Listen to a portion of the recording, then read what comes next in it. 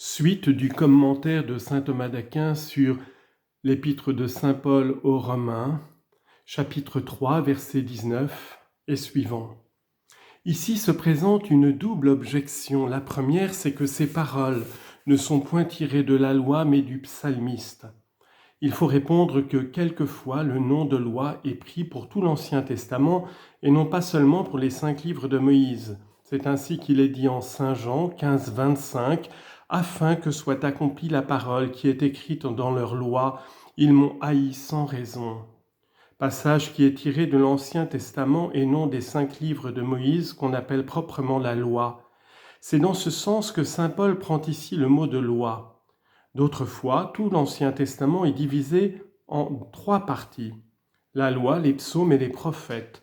C'est ainsi qu'on lit en Saint Luc 24, 44, « Il fallait que tout ce qui a été écrit de moi dans la loi de Moïse, dans les prophètes et dans les psaumes fût accompli. » Enfin, l'Ancien Testament est aussi quelquefois divisé en 2 parties, la loi et les prophètes, comme il est dit en Saint Matthieu 22, 40, « Ces 2 commandements renferment toute la loi et les prophètes. » Alors le psautier est compris sous le terme de prophète. La seconde objection est que dans la loi, beaucoup de choses appartiennent aux autres nations, comme on le voit dans plusieurs endroits d'Isaïe et de Jérémie. Un grand nombre de menaces sont faites contre Babylone et d'autres peuples. Donc tout ce que dit la loi, elle ne le dit pas à ceux et de ceux qui sont sous la loi. On répond que tout ce qui est dit d'une manière indéterminée paraît s'adresser à ceux à qui est donnée la loi. Mais quand l'Écriture parle des autres, elle les désigne d'une manière spéciale, comme lorsqu'il est dit « menace contre Babylone, menace contre Tyr ». De plus, ce qui dans l'Ancien Testament est dit contre les autres nations appartenait dans un certain sens aux Juifs en tant que les calamités de ces nations étaient annoncées ou pour consoler ou pour effrayer la nation juive. Car un prédicateur ne doit dire que ce qui concerne ceux auxquels il parle et non les autres. Confère Isaïe 58.1 « Annonce à mon peuple ses crimes », comme si le Seigneur disait « et non pas le crime des autres ». Deuxièmement, quand l'apôtre dit « afin que toute bouche soit fermée », il fait ressortir le but du passage qu'il a cité. Car en convainquant tous les hommes d'injustice, l'Écriture se propose d'abord de réprimer la jactance de ceux qui se regardaient comme justes, ainsi qu'il est dit en Saint Luc 18.2, « Je jeûne 2 fois la semaine ». C'est pour cela que l'apôtre dit « afin que toute bouche soit fermée », c'est-à-dire toute bouche qui s'attribuerait présomptueusement la justice. Confère Psaume 62.11, « La bouche de l'iniquité a été fermée ». Et au premier livre des rois, 2.3, « Ne multipliez pas les paroles orgueilleuses en vous glorifiant vous-même ». L'Écriture se propose ensuite de les porter à reconnaître leurs fautes afin qu'ils se soumettent à Dieu, comme le malade au médecin. Aussi saint Paul ajoute-t-il, et que tout le monde se reconnaisse soumis à Dieu, c'est-à-dire que non seulement gentils mais encore juifs avouent leurs fautes.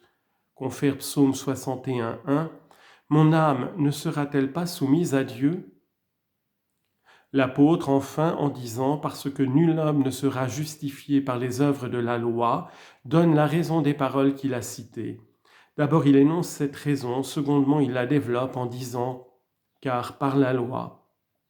Il dit donc d'abord « Si personne n'est juste, c'est que toute chair, c'est-à-dire tout homme, n'est pas justifié devant Dieu, à savoir selon son jugement, par les œuvres de la loi, parce que, comme il est dit aux Galates 2.21, si la justice vient de la loi, c'est donc en vain que Jésus-Christ est mort. Et à Tite 3.5, il nous a sauvés, non à cause des œuvres de justice que nous avons faites, mais dans sa miséricorde.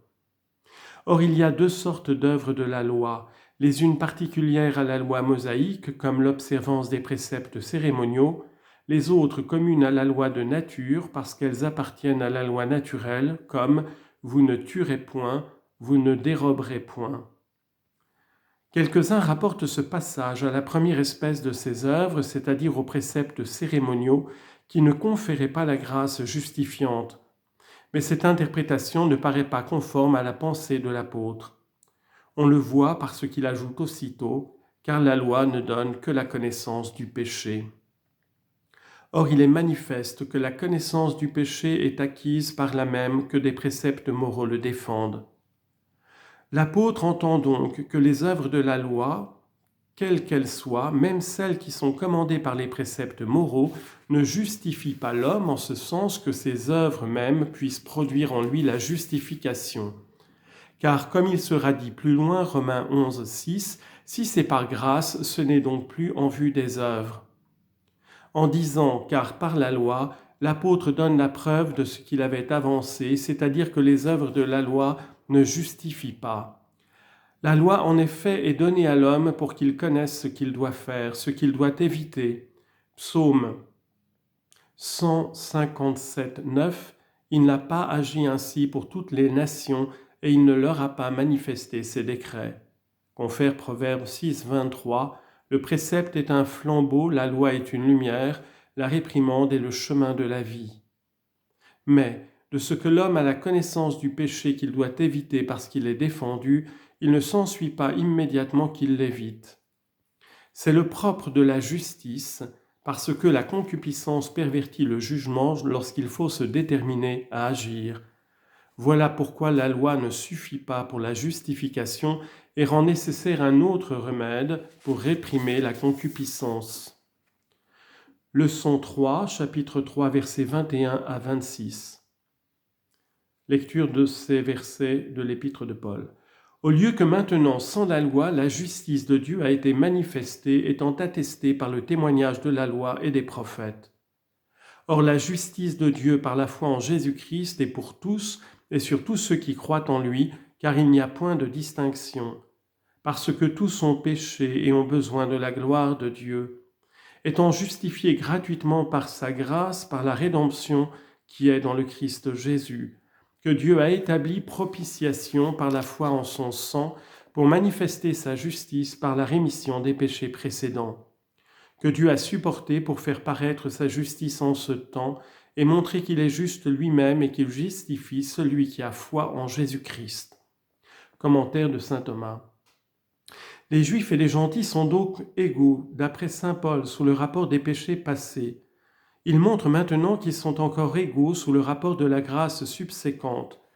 Pour le démontrer, premièrement, il énonce sa proposition, secondement, il prouve une vérité d'abord supposée au verset 29, « Dieu est-il le Dieu des Juifs seulement ?» Troisièmement, il répond à une objection lorsqu'il dit au verset 31, « Détruirons-nous donc la loi ?» L'énoncé de la proposition comprend d'abord la proposition même, ensuite le développement de cette proposition à ces mots « il n'y a point de distinction ». Troisièmement, sa déduction de la conclusion proposée lorsqu'il dit « Où donc est le sujet de votre gloire ?» Premièrement, or, pour établir sa proposition, l'apôtre marque d'abord le rapport de la justice à la loi. Ensuite, il indique la cause de la justice en disant « la justice de Dieu ».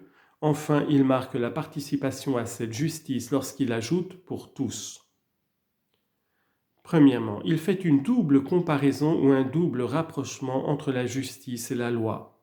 D'abord, il dit que la justice n'a point sa cause dans la loi. Il le montre en disant « Il a été avancé qu'autrefois la justice de Dieu ne pouvait s'obtenir par les œuvres de la loi, soit parce que lui seul est juste et accomplit la promesse de la justification des hommes, confère Romains 15, 8, « Je vous déclare que Jésus-Christ a été le ministre de la circoncision pour justifier la véracité de Dieu. » Ou plutôt la justice de Dieu par laquelle Dieu justifie l'homme et dont il est dit plus loin, Romains 10, 3, « Ne connaissant pas la justice de Dieu. » Cette justice de Dieu, dis-je, nous a été manifestée maintenant, c'est-à-dire au temps de la grâce, soit par la doctrine du Christ, soit par les miracles qu'il a opérés, soit même par l'évidence de fait, en tant qu'il est évident qu'un grand nombre d'hommes ont été divinement justifiés, et cela sans la loi, qui n'a point été cause productrice de la justice. Confère Galates 5, 4, « Vous qui voulez être justifiés par la loi, vous êtes étrangers au Christ, vous êtes déchus de la grâce. » Et encore, Isaïe 56, 2, « Le salut que je dois envoyer est proche et ma justice sera bientôt révélée. » Deuxièmement, et de peur que l'on ne croie que cette justice est opposée à la loi, l'apôtre établit un autre rapport de la justice à cette loi en disant « Elle a été attestée par la loi et par les prophètes ».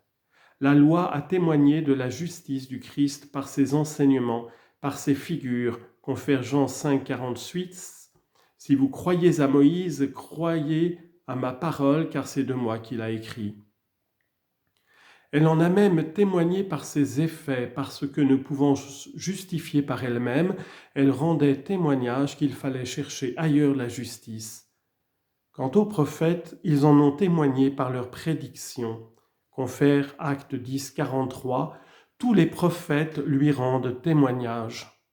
Deuxièmement, l'apôtre indique en second lieu la cause de la justice en disant « Or la justice de Dieu est par la foi en Jésus-Christ, c'est-à-dire par la foi qu'il a transmise. » Confère Hébreux 12, 2, regardant Jésus, l'auteur de la foi.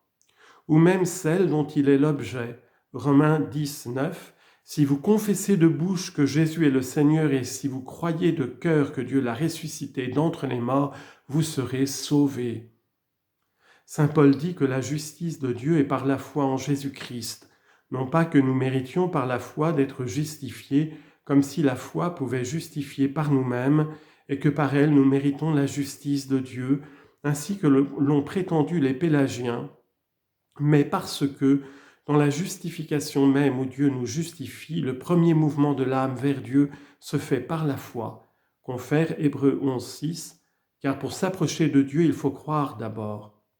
De là, il faut dire que la foi elle-même, qui est comme la première partie de la justice, nous vient de Dieu. Confère Éphésiens 2, 8, c'est la grâce qui vous a sauvés. Or, cette foi d'où procède la justice n'est point la foi informe dont il est parlé en Jacques 2, 17. La foi qui n'a pas les œuvres est morte. Mais c'est la foi vivante par la charité dont il est dit, Galates 5, 6, car en Jésus-Christ, la circoncision ne sert de rien sans la foi par laquelle le Christ habite en nous. Éphésiens 3, 17, que Jésus-Christ habite en vos cœurs par la foi, ce qui ne peut se faire sans la charité. Confère 1 Jean 4, 16, quiconque demeure dans la charité demeure en Dieu et Dieu en lui. C'est aussi cette foi dont il est dit aux Actes 15, 9, ayant purifié leur cœur par la foi, ce qui suppose la charité. Proverbe 10, 12, la charité couvre toutes les fautes.